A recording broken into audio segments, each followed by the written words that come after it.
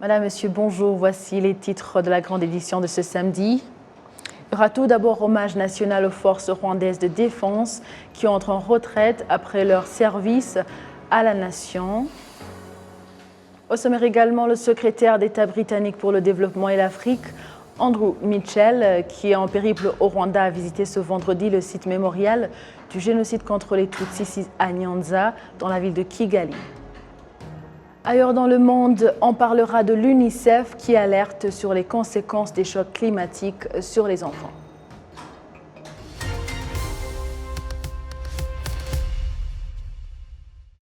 Bonjour et bienvenue à la grande édition de la télévision rwandaise. Hommage national aux forces rwandaises de défense qui entrent en retraite après leur service pour la nation. Le ministère de la Défense apprécie leur contribution à l'édifice national, un héritage important aux générations futures. Le récit de Winnie Nkurunziza. Le président de la République, Paul Kagame, qui est aussi commandant suprême des forces rwandaises de défense, s'est entretenu vendredi avec les officiers généraux et autres officiers supérieurs qui vont en retraite après avoir longtemps servi le pays dans diverses positions. Le président de la République leur a rendu hommage pour leur dévouement et sens de la responsabilité dans diverses tâches qu'ils ont accomplies. À leur tour, les officiers en retraite ont remercié le chef de l'État pour sa bonne gouvernance et ont assuré de continuer à contribuer à la construction du Rwanda. Ils se sont déclarés fiers de terminer leur carrière militaire au moment où le Rwanda poursuit sa vision avec le développement, avec beaucoup de jeunes capables de continuer et d'achever ses cuisins initiés. Au nom de ces officiers, le général James Kabarebe, qui a dernièrement servi comme conseiller spécial du président de la République en matière sécuritaire, a indiqué que les officiers partent avec un sentiment de satisfaction, raison pour laquelle ils doivent remercier de tout cœur le pays et en particulier le chef de l'État. Au nom du président de la République, le ministre de la Défense, Juvenal Maridzamonda, a loué la bravoure et le patriotisme dont ils ont fait preuve dans la libération du pays et dans la lutte pour arrêter le génocide contre les Tutsis au Rwanda. Votre courage, a-t-il dit, restera un grand héritage aux forces rwandaises de défense et au pays en général. Ces forces rwandaises de défense qui partent en retraite sont reconnues pour leur bravoure à forger le destin d'une nation, changeant à jamais le cours de son histoire. Winnie Nkurunziza pour la télévision rwandaise. Le secrétaire d'État britannique pour le développement et l'Afrique, Andrew Mitchell, qui est en périple au Rwanda, a visité ce vendredi le site mémorial du génocide contre les Tutsis à Nyanza, dans la ville de Kigali. Il a planté un arbre dans les jardins de ce mémorial en signe de reconnaissance de la voie privilégiée par les Rwandais pour construire la paix dans leur pays en s'appuyant sur le dialogue. Andrew Mitchell a entre autres visité différentes activités de développement dans le pays avant de se rendre au nord du Rwanda pour participer aux cérémonies de nomination des bébés gorilles vendredi. Au terme de son périple au Rwanda, le policier britannique doit faire un point de presse à Kigali. Le début du mois de septembre a été marqué par un événement annuel que le Rwanda organise à travers l'Office national de développement, RDB en sigle et en anglais, la cérémonie de nomination des bébés gorilles, la 19e cérémonie, un événement annuel du Rwanda connu comme Kwitizina. Je vous propose de suivre certains invités distingués qui ont donné un nom aux bébés gorilles. Je pense qu'il y a des opportunités incroyables et uniques dans ce pays, qui est très connu grâce à son action depuis de nombreuses années, mais qui reste encore méconnu à travers les choses formidables qui sont faites.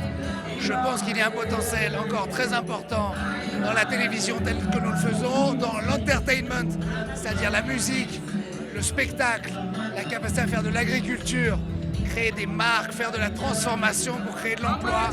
Et ce pays qui recèle et qui possède des infrastructures exceptionnellement développées, propres, doit être connu, poussé à être connu et pousser les investisseurs, parce que c'est un laboratoire exceptionnel comme je l'ai connu dans d'autres petits pays tels Singapour, sans vouloir comparer, et qui honnêtement devrait être poussé et montrer à tout chef d'entreprise qu'il y a de magnifiques opportunités. Et nous étions présents, nous sommes présents et continuerons à travers de nouveaux métiers à investir en tout cas. On continue encore avec les invités suivants. Je vous propose les invités qui étaient présents à la 19e cérémonie de nomination des bébés gorilles. I knew that we share 98% of our DNA with gorillas. Je savais qu'on partage 98% d'ADN avec les gorilles, mais c'est hier que j'ai compris ce que cela veut vraiment dire lorsque j'ai vu le bébé dont j'ai le plaisir de nommer aujourd'hui, ainsi que sa mère. C'était ici, dans ce parc national qui est aussi le site de l'UNESCO, notre première biosphère ici au Rwanda. Ce programme est universel et il a 3 piliers, dont la science, la biodiversité et les revenus durables pour les communautés. Et ici, on a tous ces 3. Je crois que c'est le succès de ce programme. Alors, je voudrais féliciter les communautés de Musanze, les gens de la province du Nord, ceux de la province de l'Ouest et tout le Rwanda pour cette ambitieuse politique qui est l'un de nos succès. Et pour le bébé que j'ai l'honneur de nommer aujourd'hui, j'ai choisi comme un symbole de succès le nom Ikirango pour dire symbole. Sa maman est Umurinzi et ils appartiennent à la fabuleuse famille Sabini. His proud mother is Umurinzi and they belong to the beautiful Sabinio family.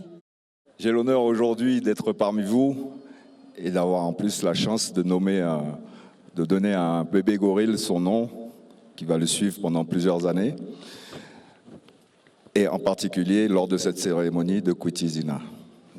Le bébé que je vais nommer est un mâle, il est de la famille Muzao, sa maman c'est Intango, et lui je lui ai choisi un prénom qui est Ramba Sunstable.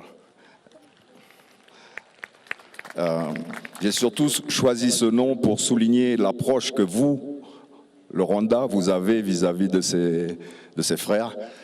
Et surtout pour signaler l'intelligence que vous avez eue de les mettre en avant et de pouvoir recueillir des fonds afin de s'occuper d'eux en permanence.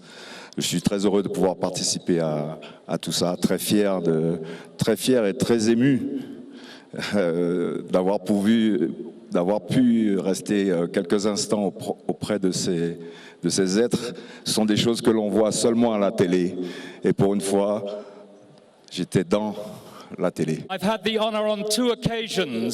J'ai eu l'honneur à 2 occasions d'aller voir les gorilles dans leur milieu naturel et de comprendre le travail incroyable de conservation qui se fait et de voir une chose qui est réellement l'une des merveilles mondiales. Vos amis du Royaume-Uni apprécient le gouvernement du Rwanda pour plusieurs choses qui sont effectuées dans ce pays. Mais avant tout, on veut manifester notre respect et félicitations pour l'incroyable travail de conservation qui se fait. Alors, le merveilleux bébé gorille que je vais nommer est né le 9 octobre de l'année dernière dans la famille Pablo, dont la mère s'appelle Teta et le nom que je lui accorde est Mukundwa pour dire bien-aimé. Betrothed, beloved and favored. Mukundwa. On continue avec l'actualité sur la télévision rwandaise. Les chercheurs préviennent contre le risque de disparition des petits animaux souvent négligés alors qu'ils sont d'une grande importance pour l'équilibre des écosystèmes. C'est en tout cas le point de vue de Kaseleka Luengo, chercheur en République démocratique du Congo, qui estime que la disparition de ces animaux entraînerait donc des conséquences fâcheuses sur la vie humaine. Suivant. Je travaille depuis 10 ans sur l'herpétofaune, ça veut dire les amphibiens et les reptiles. Et ce sont 2 taxa différents, mais qui ont été longtemps négligés par les chercheurs ou même par les écologistes ou les gens chargés de la conservation de la nature, puisqu'ils sont des animaux très petits.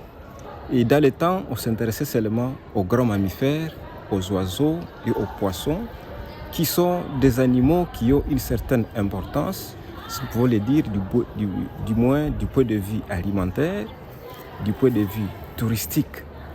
Et les amphibiens et les reptiles sont des animaux qui ne sont pas tellement visibles aux yeux de la population, mais ils sont très très importants dans le maintien de l'équilibre des écosystèmes. Ils interviennent dans ce qu'on appelle la chaîne trophique. Il y en a des animaux, ça peut être des mammifères ou des oiseaux, qui se nourrissent exclusivement des reptiles ou des amphibiens. Alors, si jamais ces animaux pouvaient disparaître, les prédateurs de ces animaux, comme les oiseaux ou les mammifères, sont donc obligés de disparaître puisqu'ils n'auront plus rien à manger. Deuxièmement, ces animaux interviennent dans la lutte biologique contre beaucoup de destructeurs de plantes ou des insectes nuisibles à la vie animale ou à la vie de l'homme, comme les amphibiens. Ils détruisent des populations d'insectes comme les moustiques, qui sont des réservoirs de plasmodium, qui sont les agents causaux de la malaria. Une autre importance sur le plan écologique, c'est que ce sont des animaux qui sont utilisés dans la détermination des aires à protéger. Des aires à protéger, puisque nous avons plusieurs espèces qui sont décrites sur la liste rouge de l'UICN. Alors, pour pouvoir protéger ces espèces, il faut d'abord protéger leur habitat. Ça, c'est très très important. Quand l'habitat est détruit, fragmenté, carrément ces animaux sont voués à la disparition. Donc, ce que nous pouvons recommander à la population, c'est vraiment de préserver l'habitat de ces animaux. Et l'habitat préféré de ces animaux, ce sont les marais, donc les milieux humides pour les amphibiens et par conséquent pour les reptiles, parce que beaucoup de reptiles se nourrissent des amphibiens. Donc c'est très très important. Il ne faut pas sécher tous les marais.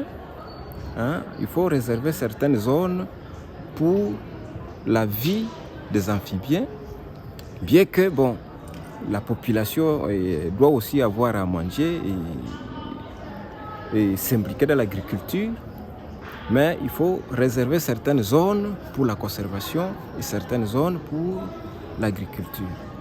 Et à ceux qui sont chargés de la conservation, il faudra qu'ils fassent beaucoup plus d'efforts à la détermination de toutes les espèces que nous pouvons avoir dans nos aires protégées.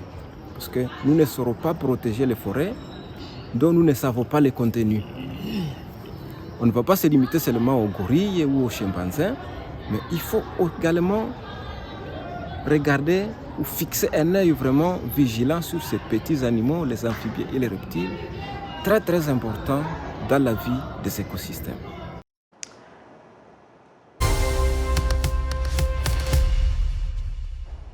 Place maintenant à l'entrepreneuriat des jeunes pour accueillir dans nos studios Dr Solange Ouineza qui a initié une entreprise de production des cosmétiques à base des plantes contre les maladies de la peau pour la pousse des cheveux. Dr Solange, bonjour. Bonjour Amandine. Bienvenue à la télévision rwandaise. Merci beaucoup. Pour commencer, parlez-nous brièvement de votre parcours. Donc, qu'est-ce qui vous a poussé à créer cette entreprise et donc comment avez-vous réalisé tout cela? Merci beaucoup.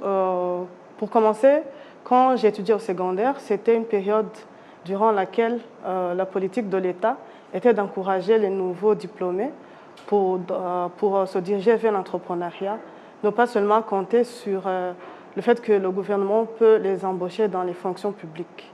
Du coup, quand j'ai fini mes études secondaires et que je suis passée à l'université, j'avais eu la chance d'avoir des cours d'entrepreneuriat. Et je mettais beaucoup d'accent sur ces cours-là parce que je me sentais obligée de participer à la création d'emplois dans mon pays. Pour commencer mon idée de création des cosmétiques, j'avais fini mes études de doctorat et à l'époque j'avais une collègue à moi qui avait un problème de la pousse des cheveux et elle m'a dit, comme toi tu travailles sur les extraits des plantes, moi j'utilise normalement les produits chimiques dans mes cheveux, est-ce que tu peux m'aider pour me créer un produit qui peut m'aider pour que mes cheveux poussent? Alors j'ai créé un produit, je lui ai donné, elle a utilisé, ses cheveux ont poussé. À l'époque j'étais au Maroc, je n'étais pas encore rentrée au Rwanda.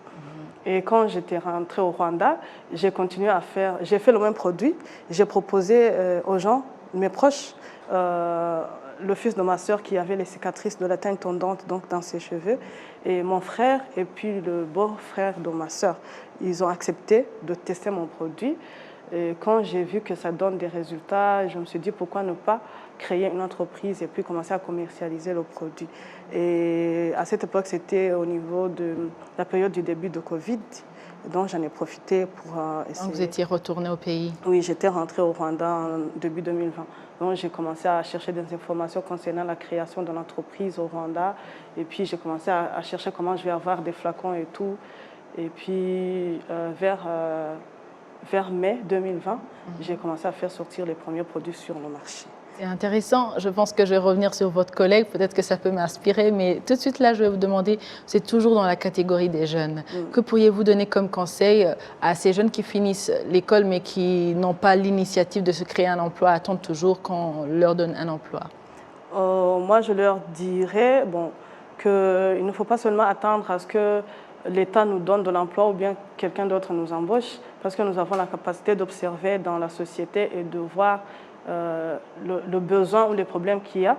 C'est à partir de ces besoins-là qu'on trouve des opportunités pour pouvoir créer notre propre entreprise et commencer à résoudre ce genre de problèmes. Parce que moi, j'avais aussi discuté avec certaines personnes qui avaient ce genre de problème de perte de cheveux, surtout parce que j'ai commencé par ça et je me suis dit que c'était une très bonne opportunité pour créer aussi de l'emploi et me faire de l'argent. Voilà. Alors jusque-là, revenons sur votre expérience. Quel problème ou bien quel défi avez-vous identifié donc, pour les gens qui ne prennent pas leur peau au sérieux? Donc le défi qui est identifié qui devrait être corrigé à la normale. La première question, c'est que les gens négligent les problèmes de la peau. Parfois, il y a la personne a une maladie, il croit que c'est quelque chose qui va partir facilement et la personne veut se faire soigner quand ça commence à devenir très grave. L'autre problème, c'est que les gens ne veulent pas se soigner, donc ils utilisent eux-mêmes des plantes et tout en pensant que ça va partir facilement. L'autre problème, c'est surtout pour les gens qui utilisent les cosmétiques éclaircissants, oui, parce que ça cause des problèmes, des boutons et tout, et ça, c'est très grave. Alors, pourriez-vous nous parler un tout petit peu, donc, quand il y a des cas pareils qui sont observés et les gens viennent vers vous, comment est-ce que vous les aidez? La première question que je leur pose, c'est de savoir depuis quand d'abord ils ont observé cette condition-là, et puis est-ce qu'ils ont essayé de se soigner, si oui, par quel médicament ou par quel médecin. Généralement, surtout pour les gens qui habitent à la campagne, ils ne se soignent pas directement. Moi, je leur conseille d'abord d'aller au centre de santé parce que les médecins sont là pour les soigner. Dès que la personne me dit qu'il a déjà essayé beaucoup de produits et que ça n'a pas marché, je lui propose alors mon produit. Et d'une manière générale, pour terminer, quel conseil pourriez-vous donner à notre audience qui nous regarde dans le sens de prendre soin donc, de notre corps? Pour prendre soin de notre corps, premièrement, il faut connaître le type de peau que nous avons parce qu'il y a des personnes qui viennent vers moi en pensant qu'ils ont un problème de peau alors que c'est leur nature. Par exemple, pour les gens qui ont la peau sèche. Dans ce cas, je leur conseille surtout des crèmes qui sont hydratantes, que les personnes ne savaient pas, et puis ça marche. Deuxièmement, c'est que les gens doivent prendre soin de leur peau. Dès que tu as un petit truc qui apparaît sur ta peau, va vers le centre de santé le plus proche pour que tu essaies de voir si ce n'est pas une maladie qui fait se transformer en quelque chose de grave.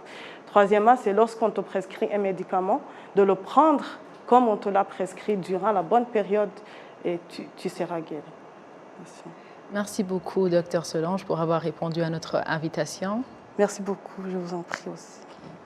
Continuons avec l'actualité pour parler de diverses organisations non gouvernementales qui plaident pour l'augmentation de l'effectif des femmes dans les missions de maintien de paix, car elles ont un apport considérable dans la résolution des conflits. Ces organisations s'appuient sur l'expérience du Rwanda en la matière, laquelle a permis de soulager les souffrances de nombreuses femmes dans des pays en conflit. Là-bas, nous sommes en train de parler sur la résolution 1325 qui parlait de la femme dans le programme de paix et dans la résolution de conflits. Alors, nous avons vu que quand les femmes sont dans la mission de paix, ça donne quand même une sécurité pour les femmes qui sont dans la guerre, qui sont dans l'insécurité, qui voient leurs collègues venir à leur aide. Et quand ils voient les polices, les femmes police, les femmes les forces armées femmes, ils sont très très très fiers et ils sont à l'aise, ils sont sécurisés et ils parlent de la violence. C'est très important que le nombre augmente et comme ça, et d'ailleurs c'est leur droit. Maintenant dans notre pays, le droit des êtres humains sont égaux, donc l'égalité des femmes et des hommes, alors on doit le voir aussi dans ce secteur de paix. C'est très important que les femmes jouissent de leurs droits de paix et dans tous les secteurs. Et c'est pour cela qu'on est en train de parler là-bas, pour que le nombre augmente. Et donc, en fait, les femmes ne s'ouvrent pas sur le terrain, là où il y a les guerres, où il y a les violences. Les femmes qui sont victimes ne s'ouvrent pas sur les hommes. Et donc, ils préfèrent vraiment parler avec leurs collègues, leurs collègues femmes. Le rôle des femmes dans la résolution pour la paix et la sécurité est très important, puisque ce sont les femmes qui ont été abusées pendant les conflits, notamment au Rwanda, pendant le génocide commis contre les Tutsis au Rwanda en 1994. Et cette résolution a été impactée du plaidoyer que les femmes rwandaises ont mené, surtout au niveau du cadre juridique et du cadre social, bien sûr, puisque ce sont les Rwandaises les premières qui ont pu plaider pour les droits des femmes, surtout les femmes violées, et surtout les femmes violées qui ont aussi des enfants issus de viols pendant le génocide. Et je pense que cette résolution ne comprend pas seulement les femmes qui vont dans les missions de paix, il comprend aussi les femmes au niveau interne du Rwanda qui doivent être aidées à recouvrir les droits manqués, surtout les droits de maternité, les droits de féminité, mais aussi la paix, puisqu'ils doivent s'auto-guérir des traumatismes. Le gouvernement rwandais a le mandat aussi d'aider ces femmes à vivre positivement, malgré ce qui s'est passé, et pouvoir travailler et pouvoir arriver au développement durable. Les anciens braconniers du Parc national des volcans sont fiers de s'impliquer désormais activement dans la préservation de cet espace protégé. Ils ont changé radicalement leur vie en adoptant de nouvelles activités génératrices de revenus respectant la biodiversité. Les détails avec Patrick Nilidandi. Karegesa Charles, 63 ans, et Abimana Emmanuel font partie des anciens braconniers du secteur Rugarama. C'est dans le district de Burera. Ils disent qu'ils vivaient grâce à la forêt, notamment en tuant les animaux sauvages du parc. À cette époque, lorsque nous chassions les buffles, nous le faisions en groupe, de telle manière que face au nombre d'assauts de chasseurs, nous finissions par abattre l'animal.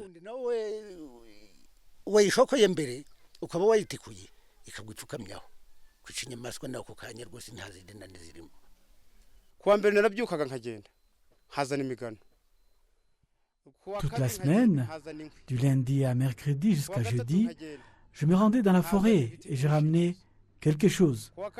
Et j'ai placé mes pièges. Je parvenais à trouver un animal et de l'amener manger. C'était tout à fait normal à cette époque. Vers les débuts des années 2000, une campagne a été lancée pour encourager les populations vivant autour du parc à cesser toute activité destructrice. C'est ainsi que les anciens braconniers ont décidé d'arrêter ces anciennes pratiques et de choisir de protéger les animaux au lieu de les abattre. Ces anciens braconniers se consacrent désormais à l'agriculture et à l'élevage.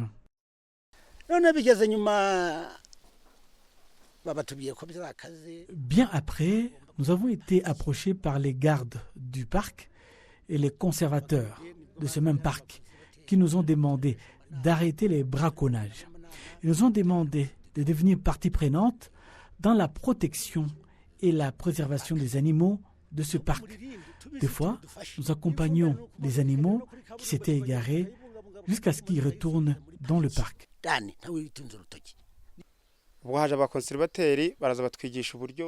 Les conservateurs sont venus nous expliquer comment protéger les animaux et la biodiversité présente. Ils nous ont appris l'importance de ce parc pour nous et pour le pays. À partir de ce moment, nous avons créé notre coopérative. Le président de 9 coopératives de conservation du parc, travaillant dans le secteur de Rugarama, estime que les activités ont permis aux membres de la coopérative à changer radicalement de vie. Jusqu'à ce jour, il n'y a pas de problème. Chaque habitant est un œil du parc. Vous pouvez voir de vous-même le développement de cet espace, le développement connu que vous pouvez observer. Il existe actuellement 74 coopératives comptant plus de 5000 membres impliqués dans la conservation du parc de volcans dans les régions de Burera, Musanze, Nyabihu et Rubavu. Les anciens braconniers ont pu reconstruire leur vie grâce au programme Revenue Sharing qui soutient les projets et ainsi un mur a été construit pour empêcher les animaux de sortir et d'endommager les biens et productions de la population.